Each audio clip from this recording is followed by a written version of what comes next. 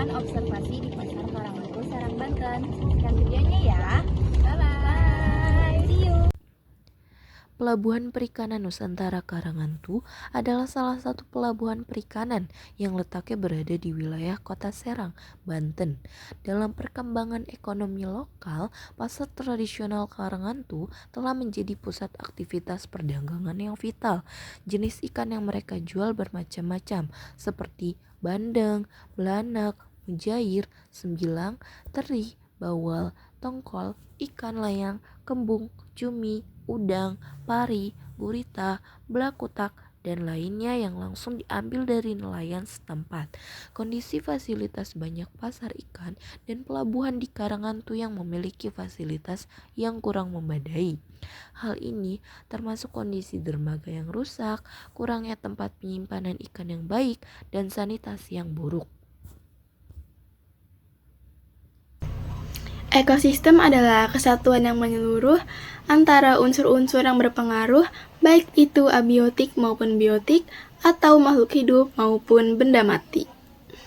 Nah teman-teman, komponen biotik terdiri dari manusia, hewan, tumbuhan, dan berbagai mikroorganisme yang tidak terlihat. Sedangkan komponen abiotik adalah cahaya matahari, air, udara, bebatuan, dan tanah. Baik, menurut Sumarwoto 1983, ekosistem adalah hubungan timbal balik antara makhluk hidup dengan lingkungannya. Ekosistem terbagi menjadi dua macam, yaitu yang pertama ada ekosistem alami dan ekosistem buatan. Ekosistem alami merupakan ekosistem terbentuk secara alamiah tanpa campur tangan dari manusia, karenanya tingkat keanekaragaman hayatinya tinggi. Ekosistem alami terbagi menjadi dua macam. Yang pertama ada ekosistem darat, yaitu pantai dan gurun, dan yang kedua ada ekosistem perairan, yaitu danau dan laut. Sedangkan ekosistem buatan merupakan ekosistem yang terbentuk karena adanya campur tangan manusia, sehingga tingkat keanekaragaman hayatinya rendah. Suatu ekosistem buatan yaitu sawah, bendungan atau waduk, tambak, dan hutan produksi. Pencemaran air adalah masuknya atau dimasukkannya makhluk hidup, zat, atau komponen lain ke dalam air oleh kegiatan manusia itu sendiri, sehingga menyebabkan turunnya fungsi dan kualitas air tersebut. Penyebab terjadinya pencemaran air adalah berasal dari masyarakat itu sendiri, di mana rendahnya kesadaran masyarakat yang langsung membuang kotoran, sampah, tinja, dan limbah ke tempat yang terdapat air sehingga mempercepat proses pencemaran air. Pencemaran air menyebabkan kerusakan ekosistem air seperti sungai, danau, dan laut, di mana dampak dari pencemaran air sangat serius seperti merugikan keanekaragaman hayati dan mengancam ketersediaan sumber daya air. Berdampak pula pada kesehatan manusia, mencakup berbagai penyakit yang ditularkan melalui air yang tercemar. Pencemaran tanah adalah keadaan di mana bahan kimia masuk dan merubah ke lingkungan yang alami. Adapun ciri-ciri dari pencemaran tanah yaitu pH tanah yang sangat tinggi, unsur hara sedikit, dan sedikitnya mineral pada tanah. Selanjutnya, penyebab terjadinya pencemaran tanah diantaranya yaitu bencana alam, limbah industri, limbah rumah tangga, dan lain sebagainya. Selanjutnya, pencemaran udara adalah kondisi di mana udara terkontaminasi oleh zat berbahaya dari aktivitas manusia, seperti emisi kendaraan, industri, pembakaran bahan bakar fosil, serta penyebab alami seperti letusan gunung berapi dan kebakaran hutan. Adapun dampaknya meliputi kerusakan lingkungan, pemanasan global, penurunan kualitas tanah dan air, serta gangguan kesehatan manusia seperti penyakit pernapasan dan gangguan saraf. Selain itu, kehidupan liar mengalami keracunan dan gangguan habitat yang mengakibatkan penurunan keanekaragaman hayati dan kerusakan ekosistem. Selanjutnya, untuk mengatasi masalah ini, diperlukan langkah-langkah seperti penerapan regulasi ketat terhadap emisi, penggunaan teknologi ramah lingkungan, peran aktif masyarakat dalam mengurangi polusi penanaman pohon, serta edukasi dan peningkatan kesadaran pentingnya menjaga kualitas udara dengan upaya terpadu dari pemerintah, sektor swasta, dan masyarakat. Pencemaran udara dapat diminimalkan dan ekosistem yang rusak dapat pulih secara bertahap. Menurut Murdani 2016, pencemaran suara adalah keadaan masuknya suara yang terlalu banyak sehingga mengganggu kenyamanan lingkungan manusia. Pencemaran suara menjadi ancaman serius bagi lingkungan manusia terutama di bagian suasana. Sumber dari pencemaran suara adalah kebisingan, yaitu bunyi atau suara yang dapat mengganggu dan merusak pendengaran. Dampak dari pencemaran suara ini yaitu menyebabkan ketulian sementara, menyebabkan rasa mual, stres, sakit kepala, bahkan peningkatan tekanan darah.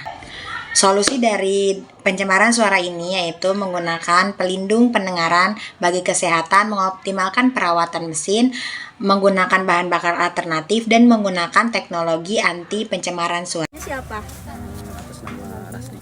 Rasdi. Bapak kira-kira udah berapa tahun sih jualan di pasar ini? 19 tahun. Izin menanyakan terkait kebersihan yang ada di sini ya Pak ya? Ya, nggak apa-apa. Bagaimana pendapat Bapak tentang kebersihan yang ada di pasar Karanghantu ini? Apakah merasa ada perbaikan atau justru penurunan? Nah, kalau masalah kebersihan ya alhamdulillah bagus gitu. Mungkin ada kebaikan, ada kemajuan. Kebersihannya khususnya daripada yang dulu-dulu mah.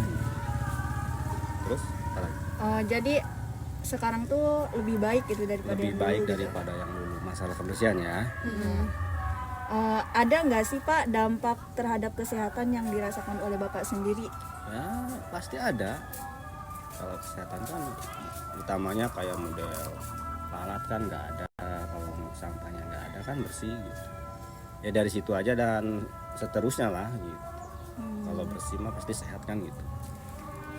Ada langkah-langkah yang sudah masyarakat lakukan nggak di sini untuk mengatasi masalah sampah dan pencemaran yang ada di lingkungan di sini? Ya kalau masyarakat mungkin buang sampah pada tempatnya lah gitu. Terus petugas kebersihan juga lebih baik daripada yang dulu. Jadi sudah ada penerapan buat perbaikan tentang terkait masalah sampah di sini ya Pak? Lumayan sih menurut saya mah ada kemajuan gitu. Apakah Bapak mempunyai harapan seperti Pasar Karanghantu ini bisa lebih baik terkait pengolahan sampah yang ada di pasar? Ya pengennya begitu, lebih baik daripada sekarang gitu, lebih baik gitu. Ya, Boleh tahu nggak nama Bapak siapa? nama saya Pak Nasrudin. Pak Nasrudin. Iya. Kira-kira Bapak udah berapa lama ya jualan di sini? Udah sekitar berapa ya? 17 tahunan lah. Oh, 17 Jualan tahunan. buah-buahan, padang, es kalau bulan puasa. Bentar lagi dong. Ya apa aja. Kami izin menanyakan ya Pak, gimana sih pendapat Bapak tentang kebersihan yang ada di Pasar Karanghantu ini? Ya, apa pendapat saya Pak, kebersihan ya harus itu dibersihin. Oh. Apakah Bapak itu merasa ada perbaikan atau justru penurunan nggak tentang kebersihan ini? Kalau di sini bukan wilayah pasar ya, apalagi bersihin sendiri, no. Kalau di Bangkasona emang udah pada petugasnya. Ada Di petugas depan masih pasar. pasar. Kalau ini kan sekitar jembatan nih, paling dibersihin sendiri masing-masing. Menurut Bapak ada nggak sih dampak terhadap kesehatan yang dirasakan oleh Bapak terkait kebersihan di sini? Gimana? Ya, orang tahu ya masalah itu mah ya. Alhamdulillah dikasih sehat terus sampai nggak puasa. Kemungkinan pencemaran ya namanya pasar kan ada gitu. Tapi kotor air sungai orang kena sampah gitu. Menurut Bapak ada nggak sih langkah-langkah yang udah dilakuin masyarakat untuk mengatasi masalah sampah dan pencemaran lingkungan yang ada di sini? Udah ada dari dinas Pemda pasar gitu, udah ada penampungan sampahnya. Kan sekarang pusat atau cuma 1 minggu tuh 2 kali ngangkutnya. Ya, untuk penampungan sampah. Nah, masalah nyapu di sini ya masing-masing sudah nyapu sendiri. Terus apakah Bapak mempunyai harapan seperti pasar Karangan tuh bisa lebih baik terkait pengelolaan sampahnya? Apakah Bapak mempunyai harapan seperti pasar Karangan tuh bisa lebih baik dalam pengelolaan sampahnya? Iya. Ada nggak Pak harapannya? Harapannya pengen sih dibersihin gitu, ada petugasnya, ada petugas sampahnya gitu. Jadi pembuangan ya harus lebih baik lah dari segi lingkungan pasar gitu. Ada yang nyapu, ada yang ngebuang gitu. Ya, makasih ya.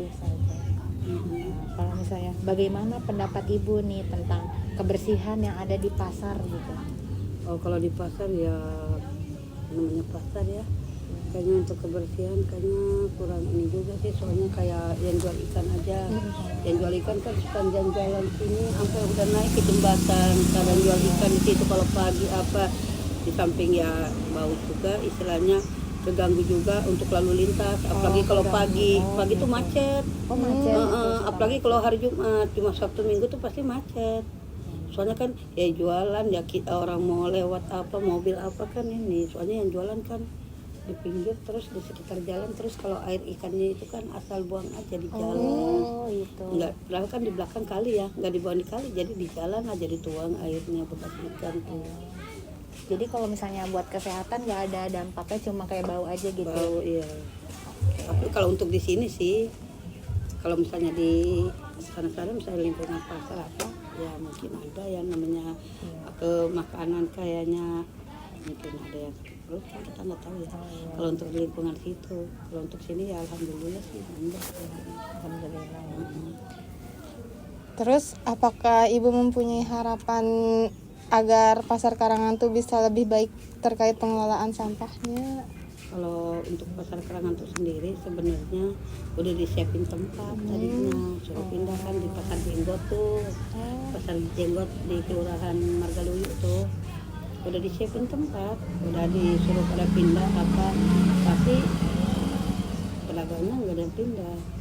Terus tadinya juga yang buat ikan nih, tadinya kan dibawa ke belakang tuh, di dalam tuh ada khusus di situ dibikinin tempat bagian dalam lah hitungannya. Tapi tetap aja, soalnya kan yang lain pada disuruh pindah ke dalam, sedangkan ada yang jualan di depan kan. Otomatis kan yang beli ikannya nggak ke dalam, soalnya ada yang di depan, jadinya pada pindah lagi ke depan. Jadi sekitar dari jembatan aja sampai kadang ke sini jual ikan di seberang gitu, di jembatan istilahnya, pas ke arah pasar. Di kita mah enggak sih, kalau kita mah ada di situ tuh, cuma ya yang jualan ikan kan ada yang di sebelah itu, ikan kayak ikan kerang apa segala, kerang hijau apa, yang masyarakat sih ini ngerasain ininya istilahnya, ya bau apa lalat kadang masuk ke rumah apa segala. Ada juga sih kalau di bagian saya, masih lingkungan saya di RT saya itu ada di situ yang jual ikan juga, ya anu laut lah hitungannya. Dia kan keganggu juga ke masyarakat, ya bau apa segala, ya laut kadang masuk ke dalam rumah. Tapi kalau misalnya untuk ini kayaknya belum sih, misalnya gara-gara jualan ada yang kena sakit apa di rumah, cuma paling lalat kadang masuk ke rumah gitu, terus bau. Terima kasih. Kira-kira langkah-langkah apa aja yang udah dilakukan masyarakat untuk mengatasi masalah sampah dan pencemaran lingkungan yang ada di sekitar pasar gitu, Bu? Di sekitar pasar. Kalau di sekitar pasar, iya, aku nomor 3. Di sekitar pasar mah kebetulan kalau di pasar kan emang ada dia tuh yang anu sampahnya juga, ngebuang sampah tuh. Kalau di pasar dia diangkut nggak tahu berapa ini sekali gitu. Soalnya kan emang ada yang ngebersihin di pasar. Kalau ada di pasar ada yang ngebersihin gitu? Ada. Kalau untuk di lingkungan sendiri kan beda ya, beda lingkungan ya. Pasar sama sini kan udah beda, kita beda RW, beda RT. Beda RT. Iya. Kalau di pasar itu masuknya ke RW 2, kalau sini RW 6. Udah beda. Di sana ada yang khususnya yang kayak penjual-penjual gitu, emang sampahnya kan ada di situ kontainer ya, dituin diangkut nggak tahu berapa hari sekali juga nggak tahu sih, soalnya nggak suka iniin. Terus di sana juga ada kontainer diiniin, dulu mah suka diangkut tapi lama-lama mah banyak yang buang sampah ke situ, akhirnya ditutup itunya, paling yang buang sampah nggak tahu orang-orang mana gitu, dibatasin atau gimana nggak tahu gitu. Nah, berikut ini identifikasi hasil pengamatan yang kami lakukan di Pasar Karangantu. Yang pertama, kurangnya kesadaran warga terkait pembuangan sampah. Nah, yang kedua, kurangnya kesadaran masyarakat akan kebersihan lingkungan. Nah, yang ketiga, sampah organik, anorganik, dan B3 tercampur dalam satu tempat. Nah, yang terakhir, adanya pencemaran udara yang disebabkan oleh limbah air ikan.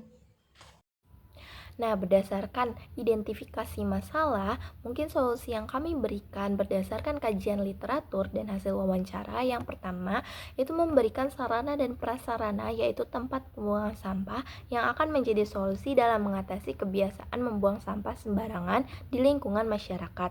Yang kedua, mengedukasi masyarakat lokal tentang pentingnya pengolahan sampah. Yang ketiga, penegakan hukum yang ketat sebagai bentuk solusi pencemaran lingkungan.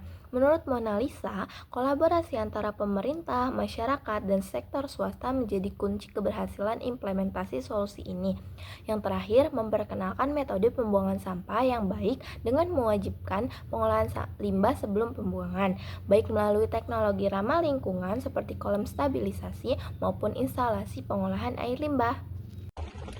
Nah, teman-teman, dari hasil observasi yang telah kami lakukan, itu masyarakat masih membuang sampah sembarangan dan tidak tahu cara mengelolanya dengan baik dan tidak tahu cara mengelola sampah dengan baik. Nah, mungkin dari hasil observasi kami dapat bermanfaat bagi masyarakat dan teman-teman yang menyaksikan gitu ya. Dan mohon maaf apabila ada kesalahan yang kami sampaikan. Terima kasih. Wassalamualaikum warahmatullahi wabarakatuh. See you.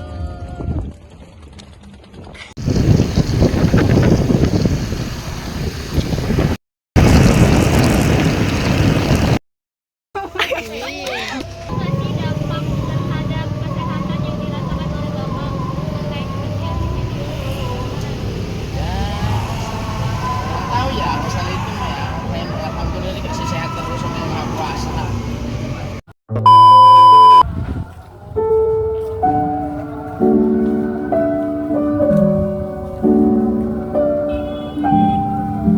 Dari hasil observasi yang telah kami lakukan, itu masyarakat masih membuang sampah sembarangan dan tidak tahu cara mengelolanya dengan baik dan tidak tahu cara mengelola sampah dengan baik. Nah, mungkin dari hasil observasi yang telah kami lakukan, itu masyarakat masih membuang sampah sembarangan. Nah, teman-teman, dari hasil observasi yang telah kami lakukan tadi, ternyata masyarakat ini tidak